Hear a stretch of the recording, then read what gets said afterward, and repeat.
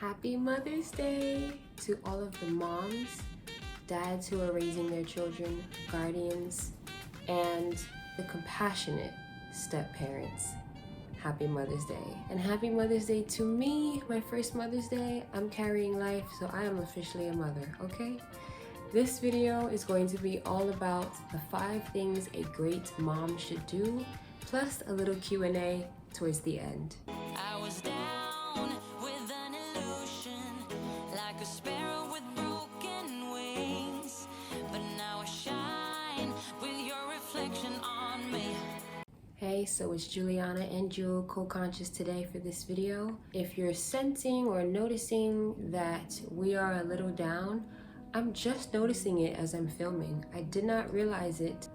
I feel it and I'm seeing it. I really don't know where it's coming from, but perhaps I need to process it right now. And it's happening for a reason, and I'm starting to feel like as I'm asking myself, what am I feeling? I'm realizing that this is a very bittersweet day because I am far away from my own mother right now in multiple ways than one. Physically, we are not anywhere near each other in any state. I am across the country. We are also in the midst of trying to clear up a lot of issues that we've had. I'm realizing that I really wish that I could see her today, but I'm also grateful that we are seemingly trying to work through things. I'm very grateful that I am carrying life, something that I've always wanted to do, and I'm processing the fact that in a few months this life is going to be here. I'm so grateful that they chose me to be their mom, and I cannot wait to give them the best life I possibly can. And so motherhood does not come with instructions, as everyone knows, but there are certain things that one can do to try to be the best mom they can be. So this video is dedicated to those people who are trying to be the best mom that they can be.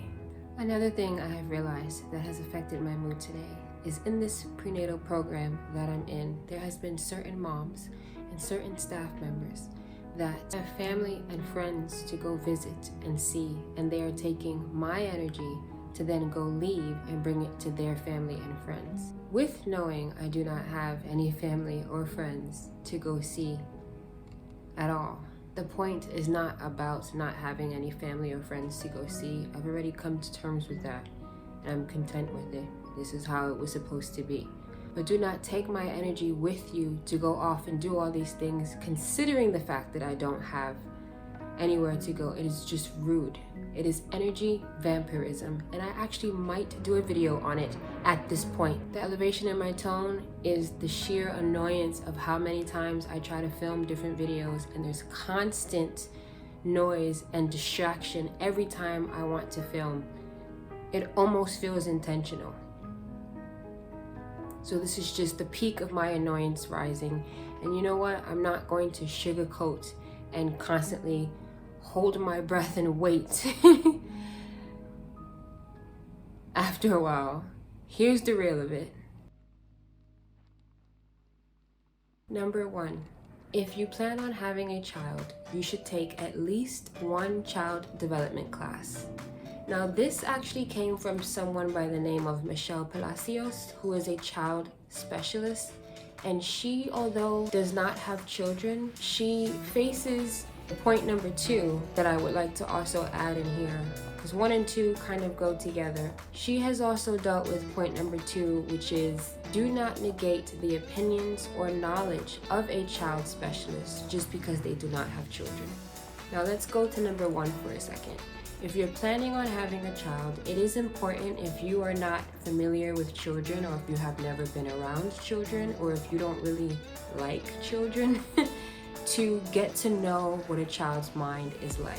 Get to know the psychology, get to know the emotional state, get to know even the spiritual factor. There's many different people out there that read for spiritual babies. I don't necessarily suggest you go trusting every single person who does it, but use your discernment with that.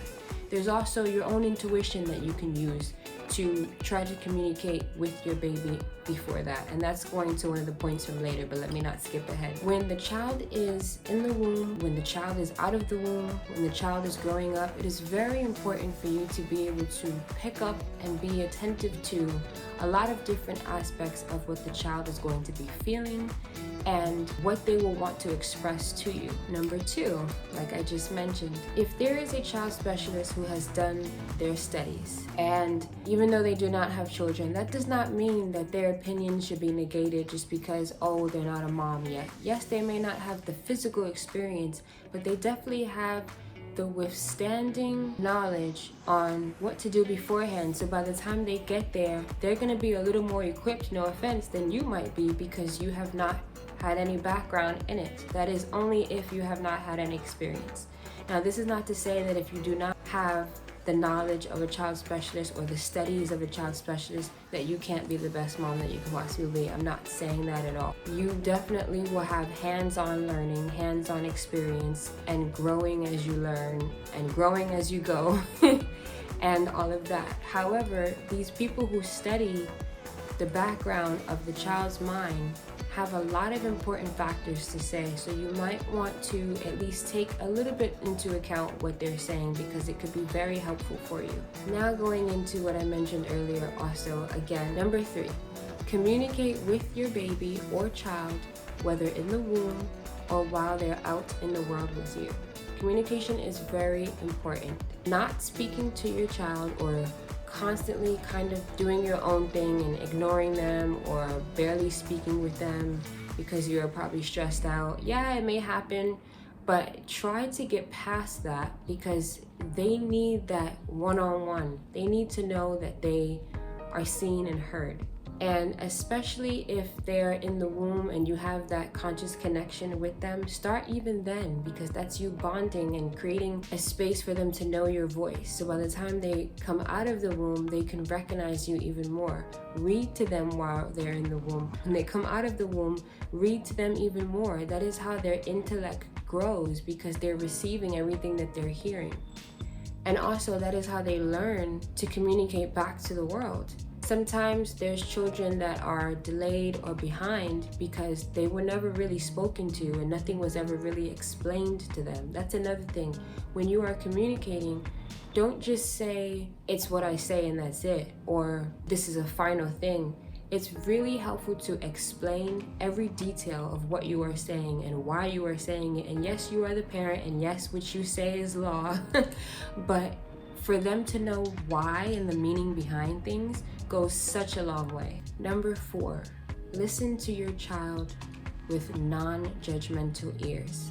This is extremely important because it kind of goes along with communication. If they want to express anything to you, it's very helpful for them to feel like they can come to you and not be immediately judged or ridiculed for something that may be very different to you. They have their own personality, they have their own life that they're going to live, their own journey that they came and chose. They chose you and they chose their journey before coming here. They chose you and they chose their journey before coming here. And so with that being said, if there's any sort of difference or something that is not familiar to you, it's really best for you to try to figure out exactly where they're coming from and why, and ask them questions in detail as well, because children have a lot to teach us. It is not only us teaching them, they come here with lessons for us to learn as well. And finally, number 5, nurture your child's gifts and talents. This is also extremely important because they also came here with a purpose and they have many different talents that they may or may not be aware of. And if you nurture them and let them feel free to explore them, they will be the happiest version of themselves. I cannot tell you enough how sad it is to see so many adults that you can tell that when they were a child, their parent didn't give 2 shits about something they were interested in, and that dream of theirs has died. You never want to kill a dream in your child. You want to nourish it, let it flourish, treat it like a plant, treat it like your hair, treat it like your skin. Let it be what it is supposed to be. My heart goes out to all of the people out there who have lost a mom, do not speak to their mom, or who've never had a mom. My heart is with you. I love you, And I pray that you feel whole in this day where there's some voids that are within. That could be another thing that I'm feeling as well. Feeling extremely heavy and I did not realize it until pressing play. But that is okay. No rhyme intended, but hey. There it goes again. But that's the whole point of this channel. It is more so therapeutic for me, more so than anything else, and perhaps maybe at least for one other person or more. So on my Instagram yesterday, I decided to ask anyone if they wanted to ask us any questions, since we get some curious questions. And although I only had 2 people respond to this, I appreciate those 2 people, so I would like to honor them and answer their questions. One had 2 questions, so I'll start with him, and the other one had 1, and I'll get to that in a second. What do I do to maintain peace amidst negativity? Well, I meditate, I do yoga, I draw, I paint, I move my body, I use my voice for expression. I love to just release in any way that I can, in different ways that I can. And that goes along with nature walks, but I don't do those as much because with this pregnancy, it is a bit taxing to stand for too long, to be honest. So when I do feel a little stuffy, if I've been inside too long, I'll definitely go take a walk. But then for the next 3 days, I'm probably indoors working on something and making sure that I release in that way. And so that's pretty much what I do. It's great to try to express in any form of creativity. I would say that is the biggest, most helpful release that you can do. Try to get something out, whether you're writing, which I also do that, I journal, but lately it's been more going into my art than the writing. And yeah, thank you so much. I really appreciate that. I am honestly not scared to give birth. I am a little anxious about it just because I don't know what's going to happen, and there's also a mystery because I have decided to wait till the end to find out what I'm having. So there's anxiety there, but it's like excited anxiety. I feel very confident in myself and in my body and in my strength that this natural water birth is going to go smoothly. Yes, it may be painful or it may not be, but I feel like I'm ready for anything, and I'm definitely gonna take it head on, no pun intended with the crown coming out, but I'm going to really just enjoy the process. And I've heard other moms who have done this say that you feel so powerful and you feel rebirthed after. And so if I get to experience a rebirth at the most important birth of new life coming into the world, that is such a beautiful thing to look forward to. So I'm trying to see the positive part of it. The positive part of it is that I will be able to meet this new life that I've been waiting to meet and that chose me, and I could not be more excited to do so. This next question, I believe, truly might be also adding to my mood. I recognize that when people see a mom, they're always wondering about who's the dad, where is the dad? You know, that's just it's a conditioned question because obviously society tells people that there should be 2 parents, and those 2 parents should be a man and a woman. We are progressing more into times where people recognize that there are same-sex parents and they are doing just fine at raising their children, which I appreciate. How this question was worded with partner is something that I recognize that I'm going to have to keep talking about, even though I really don't want to, because that's just a thing, you know, people are always gonna wonder.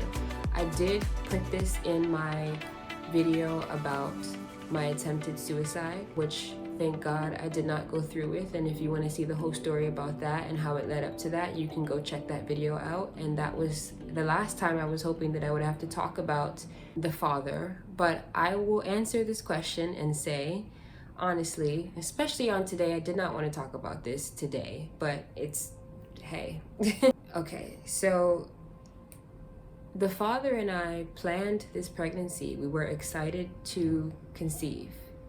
Unfortunately, we broke up right before I found out that I was pregnant. Upon the breakup, towards the end, I found out that he was cheating on me with his mother and his sister.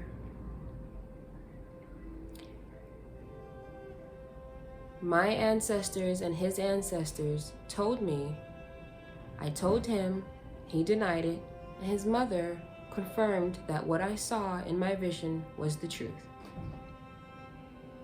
He still lied after I got the confirmation from her. He asked me where my heart was, and I was honest about being in love with someone else. And unfortunately, he felt so taken aback by that, even though I was completely transparent about never acting on it, never cheating on him, totally trying to remove the feeling that I felt for this person, for this guy, and couldn't do it, but tried my best to do it. Meanwhile, he was lying the whole time to me. And so we broke up. We are not together. He is not in the child's life, or will not be in the child's life. I tried to reach out to him via email for him to know the news. I didn't want to say it via email, so I said I have some great news. Knowing that we were trying to conceive, I'm pretty much sure he knew what that was, and he did not say anything back to me. However, he gave my sister my email, even though I told him I did not want her to have it because I want nothing to do with her either, after learning some things about her. So I have decided to block him and his family to make sure that I have no negativity and no traumatic triggers coming into my life and being around this new life that's coming in. And I wish them well, but I want absolutely nothing to do with them because they knew their lies, and they knew that I was walking into the house sensing these lies, and no one said anything.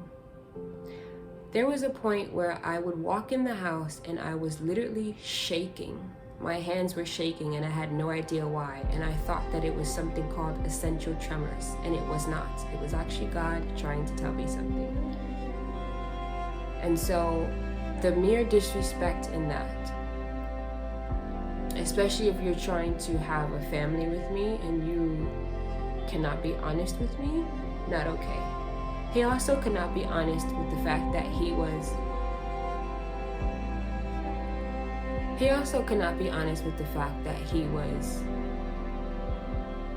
intimate with the boss of the place that he worked. They were not only co-workers and boss and employee, but they were also lovers. And so he shunned me for being queer, but he was secretly in the closet queer, but homophobic about it. Had the nerve to even say that he thought the person I was interested in him. But he couldn't even be honest about everything he was doing. So this goes to show that you never know what a person is really like underneath the mask that they wear. He also had the nerve to lie on me to my sister and have multiple conversations of these lies with her, but ignored my email. I asked him for a number to reach him, to give him the best news, no drama. That alone should have said it. So he chose to not be in the baby's life, according to my knowledge. To me, that's you choosing to be a coward and to keep hiding like you've been doing.